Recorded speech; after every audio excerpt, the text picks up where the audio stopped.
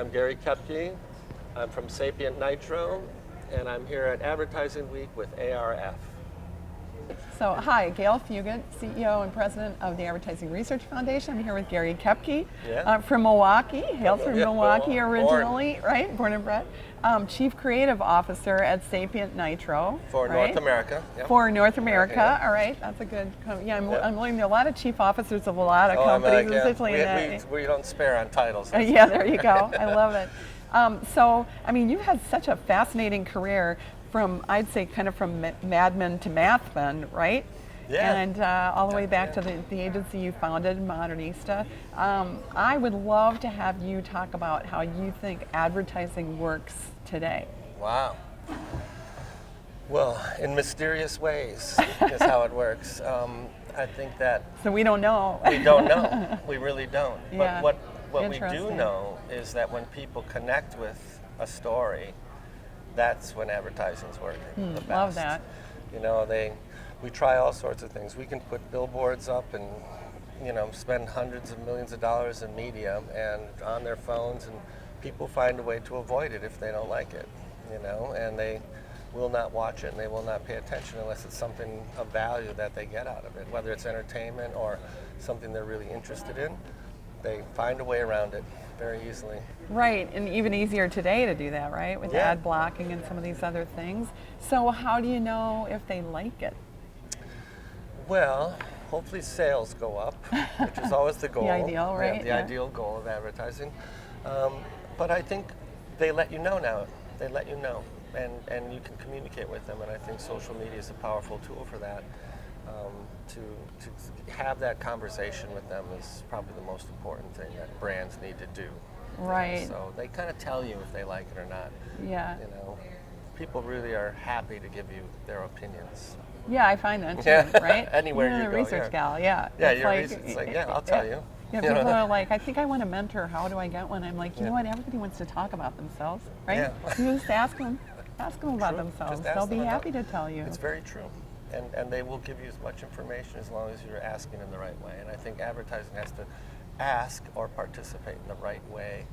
And I really see it around value, for people's values. And value, whether it's moral or religious, or it doesn't have to be those kind of values, but more just, I'm interested in the world being a better place. I think most people are interested in that. And so that's a good place to start, I think. That's so interesting. Say a little more about that, kind of creating brand value for people's values. Mm-hmm. Well, how do you unlock people's values? Yeah, well, brands have a responsibility. They have a responsibility because they have two responsibilities. One is to grow their stocks and pay their stockholders, right? And the other is to not destroy the planet and to relate to their consumers. And they're at opposite ends of the spectrum, I believe, and so they have to find a way to create new business models that fit today's culture and the desires of consumers. The consumers' desires aren't just, I want the latest, coolest shoes, although at a base level they are. But if they can buy Tom's shoes, they will, because Blake gives away a pair of shoes, and that feels good to them, and they get to experience that sense of feeling better about themselves and finding a way around the world's problems. And I think more and more corporations, brands have to take that responsibility on themselves to fix it. Say a little bit more about SapientNitro and the kinds of things that your company does. I think people might be curious about that. Well, we're very diverse. I mean, from C-suite consulting, to doing TV commercials. We do it all. We work for FCA. We do big digital plans for them and their whole back end. We solve a lot of e-commerce problems for people. All right, a lot of demand for that. Yeah, a lot of demand for it, but that's one thing. But getting them to purchase is the other part of the puzzle. Yeah. And we span the spectrum with some of the best technologists. We build apps. We build. We're gonna build websites that aren't closed systems all the time. We're going to start developing open source, and so I think the best thing about SapientNitro is the number of talented people that we have, and that they're always innovating, always changing. I thought 3 years ago when I started here that I would run my course and get bored. It's not true at all. We are evolving every year. We're evolving to new territories. We're finding new ways to tell stories, finding new ways to solve business solutions.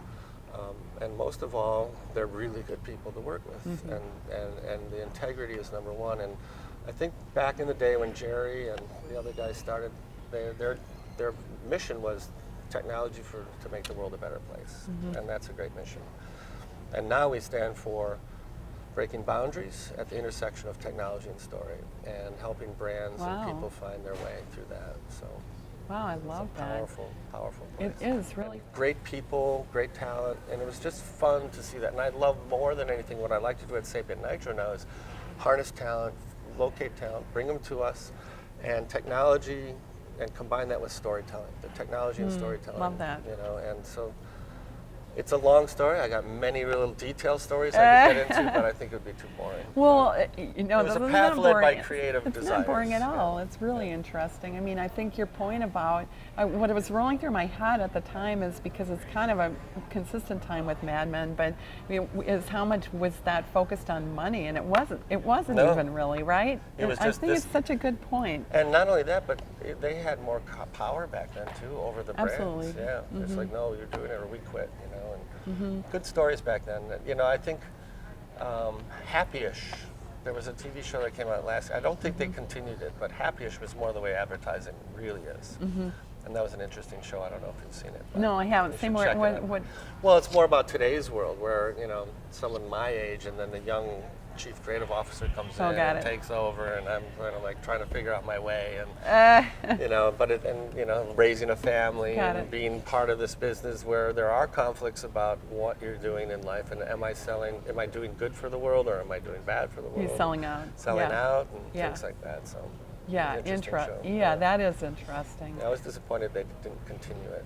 Yeah, well, and I mean, I love you say like your role toward talent and this idea of translating, insights into stories, important stories or data. And what possibilities do you see with virtual reality to take advantage of that technology? Because you have such an expansive way of thinking about possibilities. Yeah, well, one way is through training and assisting people, tourism, travel, What do you think it will do to the music industry? Well, there you go. That's what I was going to talk about. The music industry is going to change. I figured if we hung in there, we'd get it, right? Yeah, because that was going to be the other thing is I think the music industry is going to start shifting drastically because streaming music is going to take away the need for an album. It's going to take away the need for the record label. No more vinyl? Well, yeah, we can have our vinyl, but an artist doesn't need to make a whole album to get out there. If they have a great song on their mind, they want to release it, they can do it like that. And so that old model is going to change, and streaming changes how music gets heard. So artists, I think, are going to be independent brands without attachment to labels. And the brands like Target or Coca-Cola are going to have to find ways to interact with them, and I think there's going to be a big transition. That's a huge shift. And I think that's a shift that model. needs to happen in the industry, and it'll give the artists more power, and the labels a lot of power too, because they can go back to doing what they do best, and that's find talent. But I think there's going to be a big shift in the music industry. You produce music videos, which I think is just fascinating. Can virtual reality and augmented reality can they play? in that? I'm loving to do that. Yeah. I'm looking forward to doing that. How would that look like?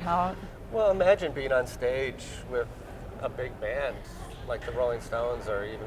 And you're there, right? Yeah, and you're there, and the audience is there, and it's like, wow, that's why these guys. They tour for money, but I think they also tour for the energy that absolutely an event like that it's the gives adrenaline them. run. Yeah, and it's fun, and you're with your friends and your mates, and you're rocking out, and then as a consumer, I'm on stage, and man, that's Jumpin' Jack Flash, what a great song that was, and I think I'll buy it right now.